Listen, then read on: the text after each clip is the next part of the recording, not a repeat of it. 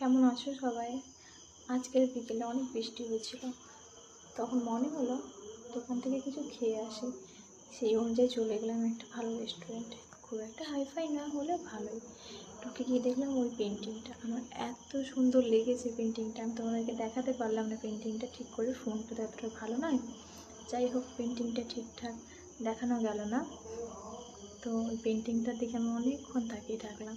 এত সুন্দর পেন্টিংটা, কাছাকাছি না দেখলে বোঝাই যাবে না।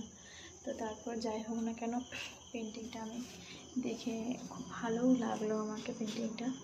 তো তারপর টেবিলে দেখলাম অনেকগুলো আমাদের সামনেই রাখা টিস্যু পেপার আছে, ওর উপরে একটা সিলভার মতো কিছু চাপানো।